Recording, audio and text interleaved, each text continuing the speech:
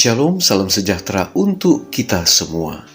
Bacaan renungan pagi kita pada hari ini, Rabu 26 Agustus 2020, berjudul Peringatan kepada Jemaat. Sebelum kita lanjut, mari berdoa. Bapa di sorga, kami bersyukur Tuhan.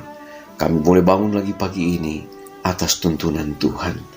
Kami ada pada pagi ini atas kasih karunia Tuhan. Sebelum kami akan memulaikan aktivitas kami hari ini, Roh Kudus akan menuntun kami, sehingga firman ini akan menjadi berkat dalam kehidupan kami. Dalam nama Yesus kami sudah berdoa. Amin. Ayat tema kita pada hari ini diambil di dalam kitab 2 Timotius 3, ayatnya yang pertama. Firman Tuhan berkata, "Ketahuilah bahwa pada hari-hari terakhir akan datang masa yang sukar." Saudara-saudaraku yang kekasih, Kristus telah menubuatkan bahwa penipu-penipu akan bangkit. Melalui pengaruh siapa? Kedurhakaan akan bertambah dan kasih kebanyakan orang akan menjadi dingin. Matius 24 ayat 12. Ia telah mengamarkan kepada murid-murid bahwa jemaat akan berada dalam bahaya yang lebih besar dari kejahatan ini daripada penganiayaan musuh-musuhnya. Berkali-kali Paulus mengamarkan kepada orang-orang percaya terhadap guru-guru palsu ini. Bahaya ini melebihi yang lain-lain. Mereka harus berhati-hati karena oleh menerima guru-guru palsu, mereka akan membuka pintu kepada kesalahan dengan mana musuh akan menyuramkan pengertian rohani dan menggoyangkan kepercayaan mereka yang baru-baru datang kepada iman dari Injil. Kristus adalah ukuran oleh mana mereka harus menguji ajaran-ajaran yang dikemukakan. Semua yang tidak sesuai dengan ajaran-ajarannya, mereka harus tolak. Kristus yang disalibkan karena dosa, Kristus yang bangkit dari antara orang mati, Kristus yang naik ke tempat yang tinggi, inilah ilmu keselamatan yang mereka harus pelajari dan ajarkan. Amaran-amaran dari sabda Allah mengenai bahaya-bahaya yang mengelilingi jemaat Kristen menjadi bagian kita dewasa ini.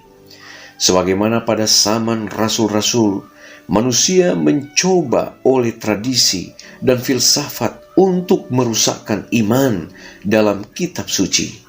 Demikian pula pada dewasa ini, oleh menyenangkan perasaan suka mengkritik yang lebih tinggi, evolusi, spiritisme, teosofi, dan panteisme, musuh kebenaran sedang berusaha untuk memimpin jiwa-jiwa ke dalam jalan-jalan yang terlarang.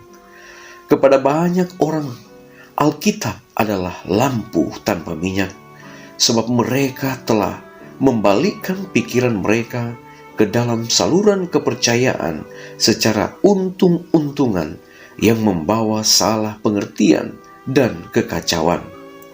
Pekerjaan kritik yang lebih tinggi dalam menganalisis, menerkah, memulihkan kembali adalah memusnahkan iman dalam kitab suci sebagai kenyataan ilahi.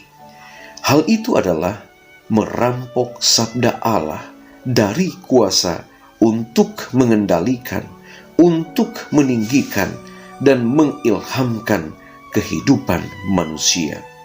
Oleh spiritisme, orang banyak diajar untuk percaya bahwa kemauan adalah hukum yang tertinggi, bahwa surat izin adalah kemerdekaan, dan bahwa manusia bertanggung jawab hanya kepada dirinya sendiri. Saudara-saudaraku yang kekasih, pengikut-pengikut Kristus akan bertemu dengan kata-kata yang indah terhadap mana Rasul mengamarkan orang-orang percaya di Kolose. Ia akan bertemu dengan tafsiran-tafsiran spiritualisme akan kitab suci, tetapi ia tidak menerimanya. Suaranya akan kedengaran dalam penegasan yang terang tentang kebenaran yang kekal akan kitab suci. Menatap matanya tertuju kepada Kristus. Ia harus bergerak dengan tetap pada jalan yang ditentukan, dengan tidak menghiraukan segala buah pikiran yang tidak sesuai dengan ajarannya. Kebenaran Allah harus menjadi mata pelajaran untuk renungan dan meditasinya. Ia harus menganggap kitab suci sebagai suara Allah yang berbicara langsung kepadanya. Dengan demikian, ia akan mendapat akal budi yang ilahi. Diambil dalam buku Alfa dan Omega, jilid 7, halaman 399 sampai 401. Mari berdoa. Bapa dalam kerajaan sorga, pagi ini kami sangat bersyukur. Firman Tuhan yang kami boleh pelajari memberikan satu petunjuk sehubungan peringatan kepada jemaat. Bapa, sadarlah kami bahwa di hari-hari terakhir akan datang masa yang sukar, akan ada kedurhakaan, kasih kebanyakan orang akan menjadi dingin, bahkan umat-umat Tuhan sekalipun akan digiring kepada satu sifat yang suka mengeritik. Kami memohon kiranya Tuhan akan menolong kami, agar kami akan dituntun kepada jalan kebenaran. Biarlah terang firman-Mu akan menuntun kami untuk melihat apa yang menjadi maksud Tuhan di dalam kehidupan kami. Terima kasih Bapa.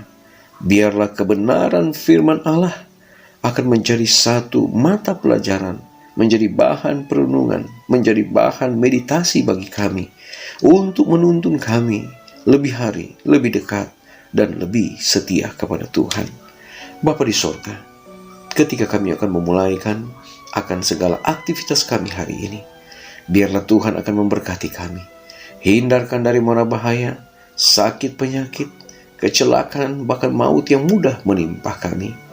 Dimanapun kami berada, biarlah Tuhan yang menjaga kami.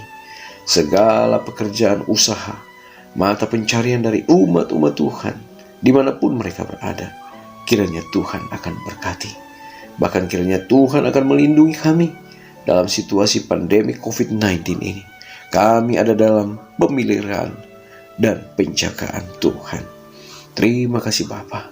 Ingatkanlah nama kami ketika Engkau datang pada kali yang kedua. Keselamatan, kehidupan yang kekal, kiranya Tuhan anugerahkan bagi kami. Terpujilah Engkau ya Allah. Dengarlah doa kami. Ampuni dosa dan kesalahan kami. Dalam nama Yesus kami sudah berdoa. Amin. Selamat beraktivitas. Tuhan Yesus memberkati kita semua.